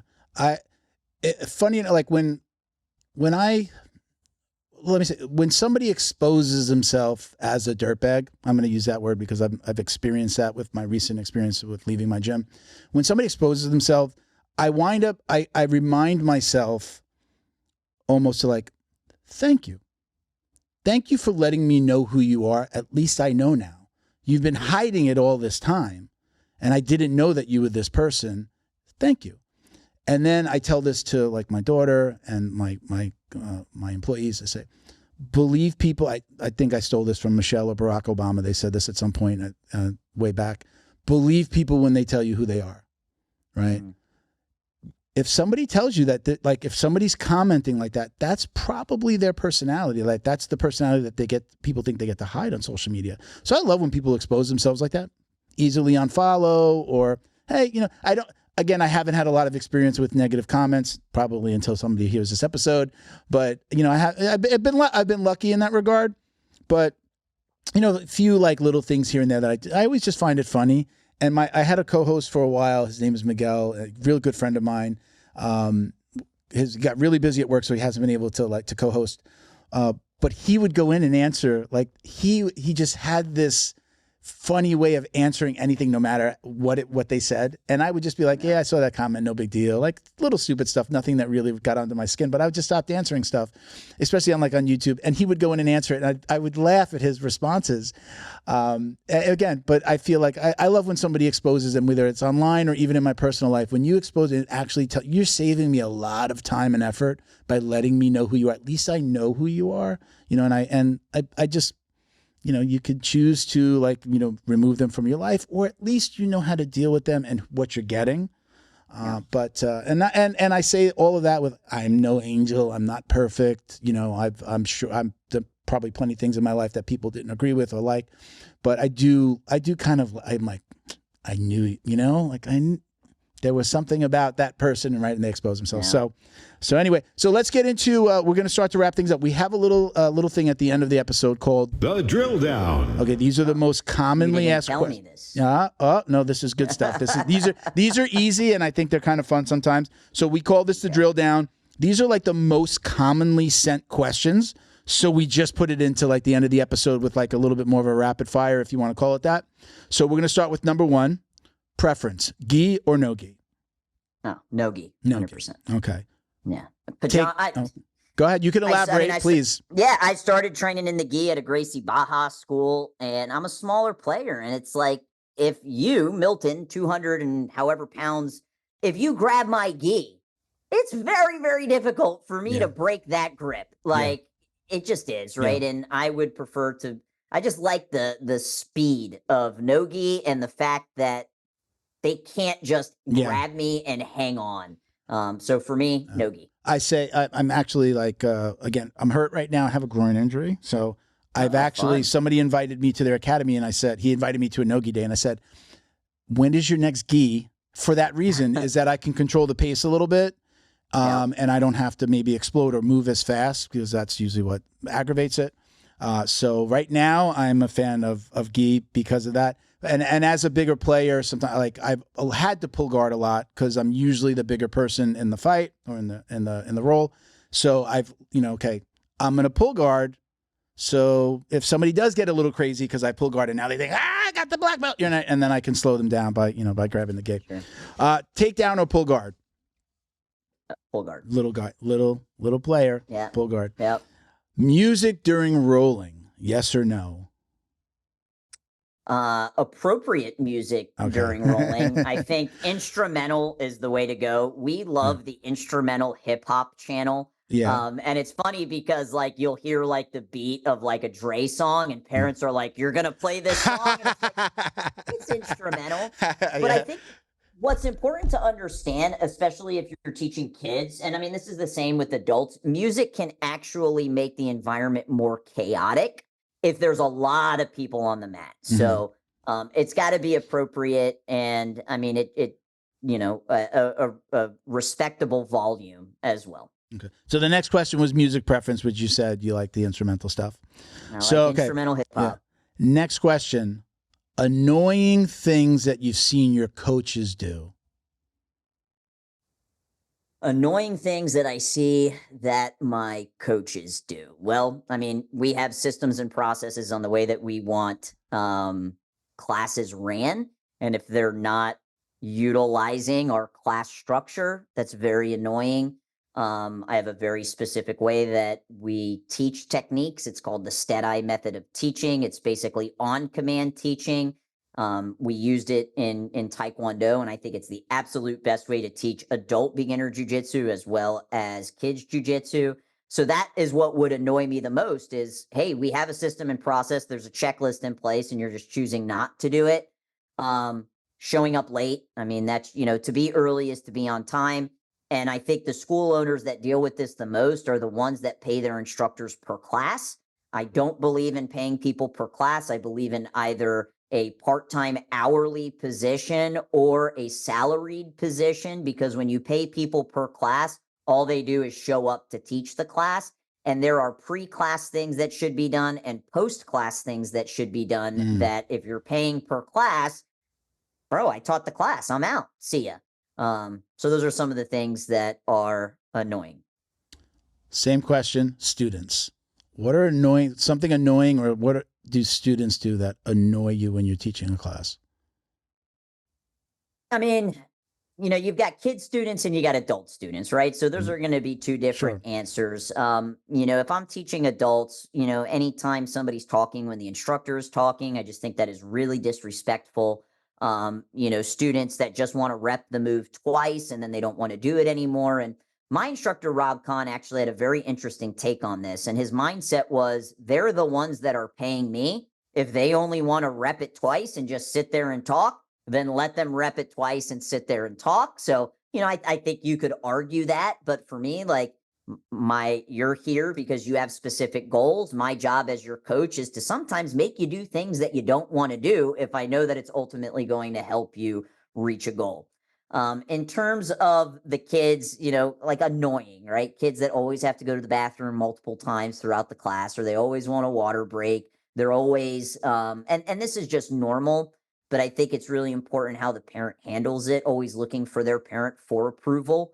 You know, we want them to be able to find that approval internally and not necessarily externally. Dirty feet. Oh man, that is like, that's gross. Right? Biggest pet peeve in the gym typical, is the going to the bathroom without putting on slippers or putting on shoes. Yeah, that's just nasty. And like, oh man, you go to tournaments and you see that, and it's like, what in the world? That is There's gross. Nothing more disgusting than watching somebody at a urinal with bare feet. It's disgusting. Yeah. I mean, I like.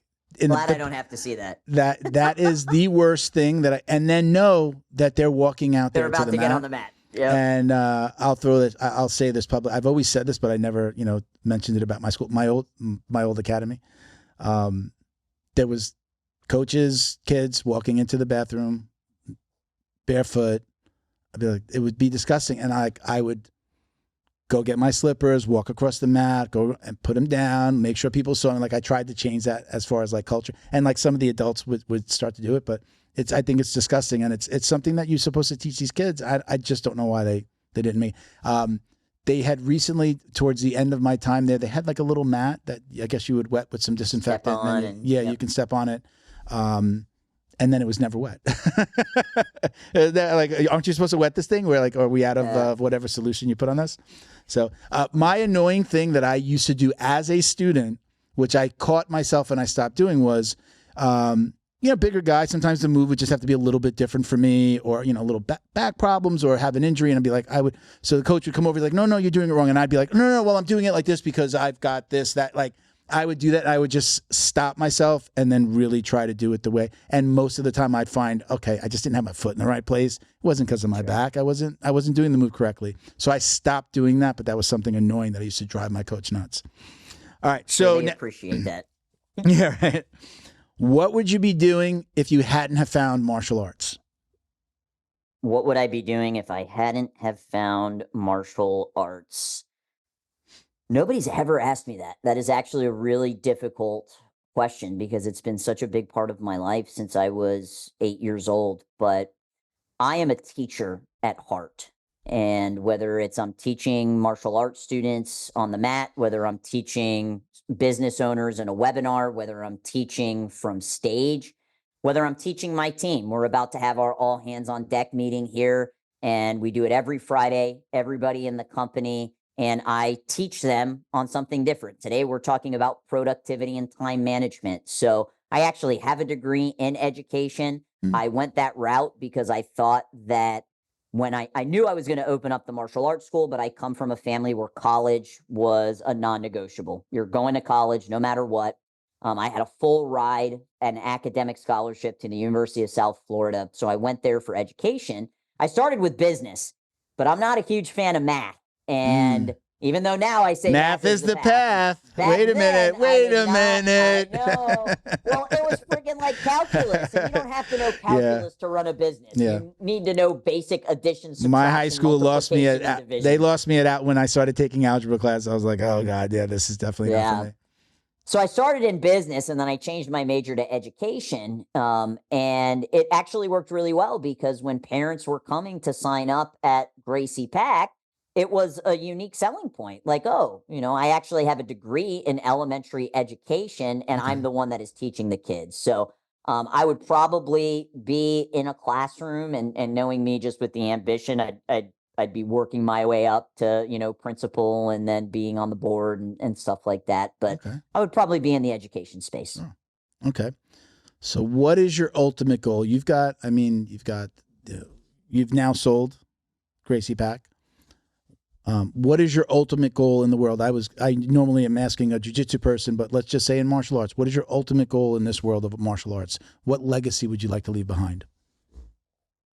Yeah, I've had some really, really great chapters from being a student to being a competitor to being the manager of a school, an instructor to owning, to running after school programs and summer camps to being an actual business owner, not an owner operator, an actual owner, like not being in the business operating. I feel like I've gone through all of those stages, and I feel like that was one of the reasons why selling made sense to me. The one thing about being a martial arts instructor in your town is that you are limited to the amount of people that you can have a profound effect on. You're limited to potentially a 5-mile, 10-mile, 15-mile radius. And, over the course of your life, you could, affect tens of thousands of people. But I wanted to have a bigger impact of that. And I think that's where the internet, it's one of the coolest aspects of the internet. And now, while I might not own a martial arts school, we have 457 clients. That's 457 martial arts school owners that we run Facebook ads, Google ads. We do their live lead follow-up. We do everything but websites. That's 457 schools that could be adding 10, 20, 30 new students and introducing them into the martial arts because of this little thing that I built. So now that ripple effect of tens of thousands could literally be hundreds of thousands, if not millions. Sure. Our current goal right now is, I've got a multi-7-figure business and I want an 8-figure business. And then once I have an 8-figure business, I'm going to want a 9-figure business. And, I think that we are the happiest in our life when we are progressing. I think that's why I fell in love with martial arts so much, because there was a physical showcase of progression, like through your belts and your stripes and your patches and different leadership programs. And I'm just on a mission of turning floors into ceilings, not just for myself, But when I do that for myself, I get to turn floors into ceilings for my team members and for my clients as well. That's awesome. Thank you. That's a great answer. I feel that resonates with me. I just want to leave this little world better than I found it, and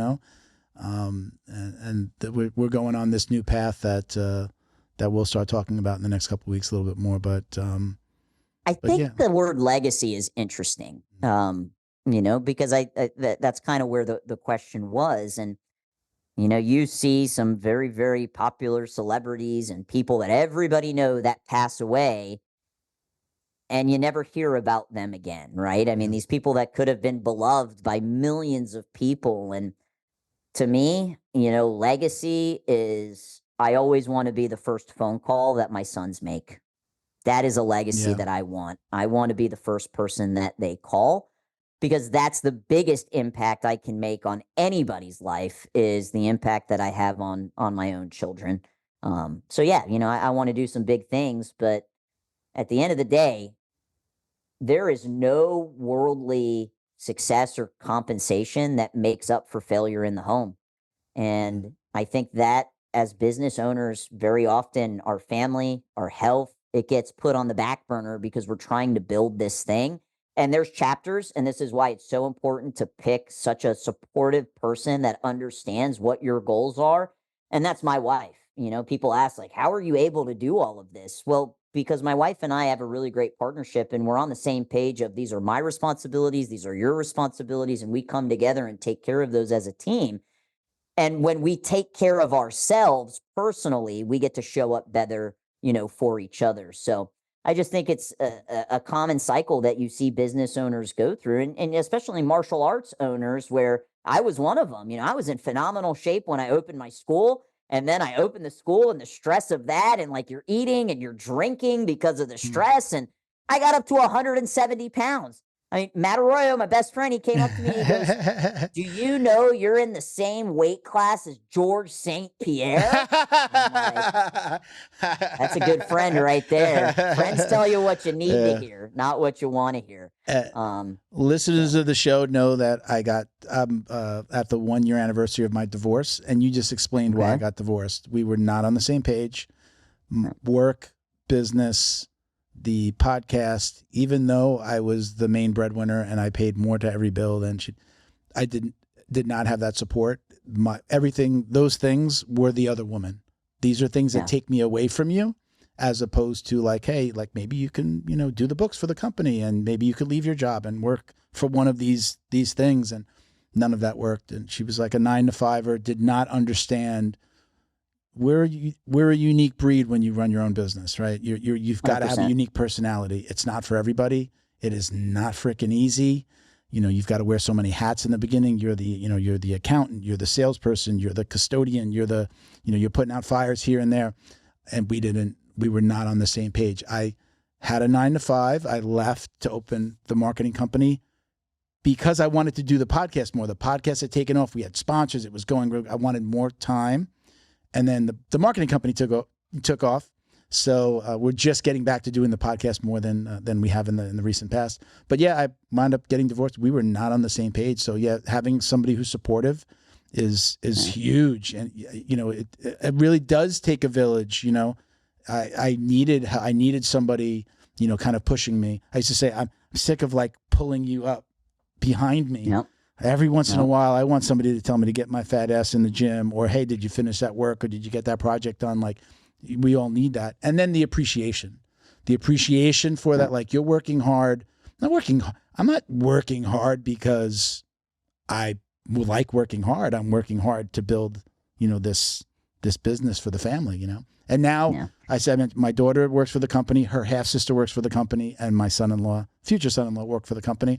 So I did what I was setting out to do, which was if I could build something that the family could be a part of. And now my legacy, I'm trying to be the business. Like, I'm handing her a business that she gets to run. We do work remotely. I'm in Florida. They're in Virginia. We have an employee in New York.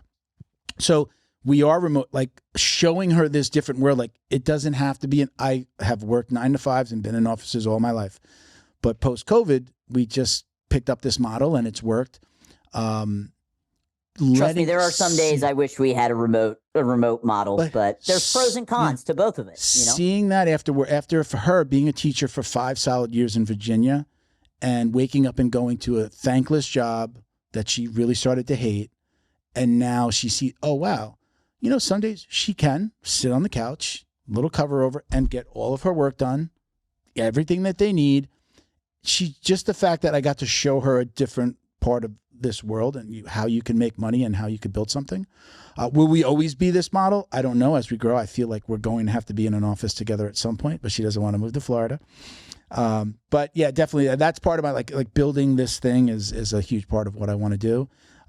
Just got to get her on the mats. Got to get them both on the mats. I would really love for them to be a little bit and understand like the podcast. The podcast is part of this business now because again we get leads, you know, from the podcast. We get plenty of jiu-jitsu business owners that want to do something. But okay, we'll leave that there. I have one last question. Sure. Very last question. This is the biggest and most asked question of any question that we ever ask on the show: is do you or do you not wash your jiu-jitsu belt? Yep. Yeah, look at that.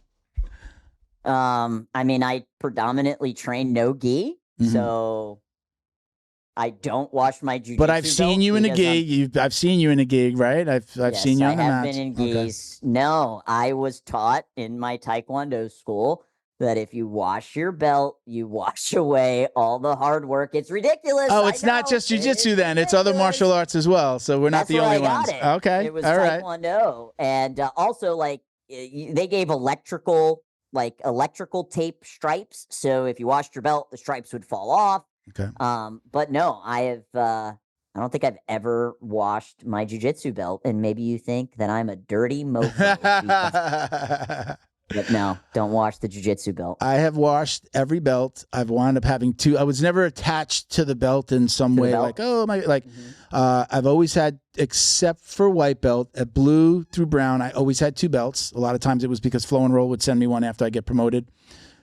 I have been a black belt since December. I have not washed my black belt yet, and I do predominantly gi. But I will. I've taken the advice of I either spray it with Lysol. I spray it after I spray it with Lysol, or where is it? Do we have it here? I had a container of a neutral zone. They give us wipes, but they have a spray, so I would spray it with the neutral zone, one or the other. So I do that now, but I have not washed it once yet. It's coming.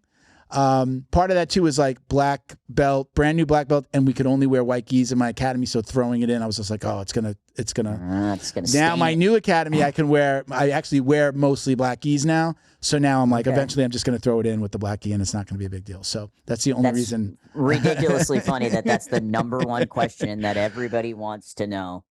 It used to be a fight on the show when it was 5 of us. One of my training partners was brown, and he was a black belt for part of the show, and he would just ridicule me. He'd find any reason to make a joke about me. Oh, yeah, well, that's what happens when you're a belt washer. Like everything went back to washing my belt, so it just became this thing. And then we would, when somebody answers, well, we'll see if Bo, my producer, does it. It'll say like "Team Wash Your Belt" or "Team Powers in the Belt" on the bottom of the screen. That's funny. But well, I'm also a girl, and you know, girls, when we sweat, we don't stink. So my belt has never really stunk. I've heard plenty girls of can stink yes, too. They can. Chris, let me give you. I don't know if you have anybody you want to say hello to, shout out, sponsors, anybody you work with. I usually give our guests a little bit of time to thank or to shout out sponsors. So the floor is yours. Yeah. Look, if you are in a place, you know, you're a martial arts school owner, you're a jiu-jitsu school owner, and you are in a place that is not where you ultimately want to be, you need to go out and get a coach. And I'd be happy to offer a free one-on-one, no strings attached. I don't even sell coaching. I own an agency. I do some of my coaching as a part of the bonus that our clients get.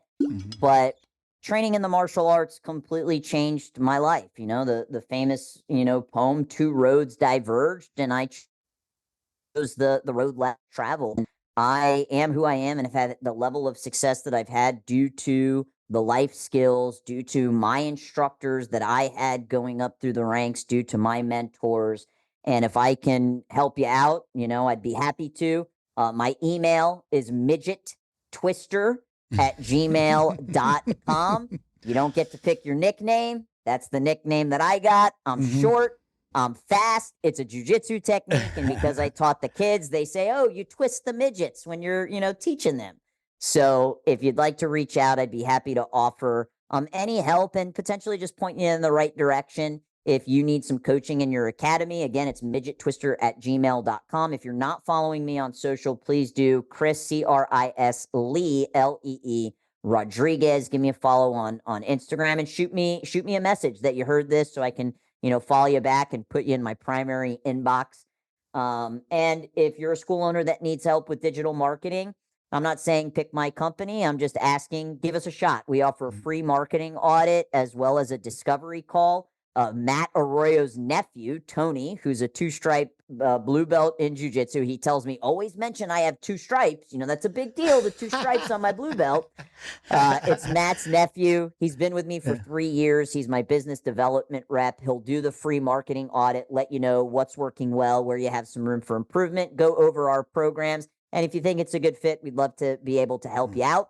This is, I don't know when this episode's going live, but this is the back to school season that we're in right now. This is the time to go pedal to the metal with your marketing. So shoot me an email, give me a follow. And if you need some digital marketing, I'd love if you would consider Gro Pro Agency. Will air probably by Wednesday of next week. So it'll come out relatively quickly. Nice turnaround.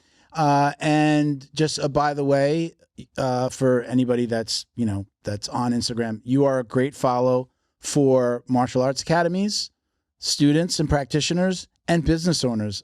Some of the things that you're talking about, when you give like 3 tips or 5 things that I did wrong, like all that stuff is great for any business owner. Business. Yeah, it's that stuff has really resonated with me, and I love whenever I can put jiu-jitsu and the business world together. I love having people on and talking about the business side of things. So this is like I kind of like get to geek out a little bit on this stuff. So, but you are a great follow for any business owner. It doesn't just have to be jiu-jitsu or martial arts. So we're going to leave it at, don't hang up for a second. I just got a couple of shout outs and then we're going to take a couple of pictures. So unlock the power of your online presence with Black Belt Digital Marketing. Their reputation management program ensures your Google business profile seen by more potential customers. Black Belt Digital Marketing is your full-service digital marketing agency specializing in local SEO and reputation management. Boost your business today. Visit bbdigitalmarketing.com. Your success is their priority. Special thank you to the crew over at Flow and Roll for all their support. Flow and Roll is renowned for their incredible no-gi rash guards, shorts, and leggings. Flow and Roll has quickly become the premier custom apparel provider for academies big and small throughout the United States. Reach out today to discuss your custom order and ask about their incredible pre-order program. You can send an email to flowandroll@gmail.com or visit their Instagram at flow_n_roll and shoot them a direct message. And yes, they can create an awesome custom gi for your academy as well. Visit flowandroll.com to check out their awesome designs, and while you're there, pick up a Jiu-Jitsu Dummy signature tee exclusively at flowandroll.com. And remember, you'll get 20% off your purchase of t-shirts, rash guards, or gis with code JJD. Just a shout out to Combat CBD. You can check them out at combatcbds.com. Get 20% off with code JJD. We got bioprotech.com as well. Get 30% off with code JJD on their regularly priced kits. So you got a total more than $295 to get $30 off with code JJD. And welcome back to the BJJ Box. We'll be talking about them a little bit more in the coming weeks. They're not only supporting the show again, but they're also supporting Academy Safe, and Academy Safe you can find it at Academy Safe on Instagram and Facebook. We'll let you know a little bit more about what we're doing in the coming weeks. So thank you again, everybody. Housekeeping here, Jiu-Jitsu Dummies for all the ways to watch, listen, and support. My IG is Uncle Milty. I didn't get to choose my my nickname either, Chris. They've been calling me Uncle Milty since I was in the 3rd grade. When I went to a friend's house and his mom was like, "You don't know who Milton Berle is?" And I'm like, "I don't know Milton Berle." And she's like, Uncle Milty. And then he went to school and told everybody that called me Uncle Milty. And they've been calling me. I hated it up until I was an adult. And now I just embrace it and I love it. Uncle Milty BJJ on Instagram. Thank you, everybody, for watching and listening. Peace, love, jiu-jitsu. Us.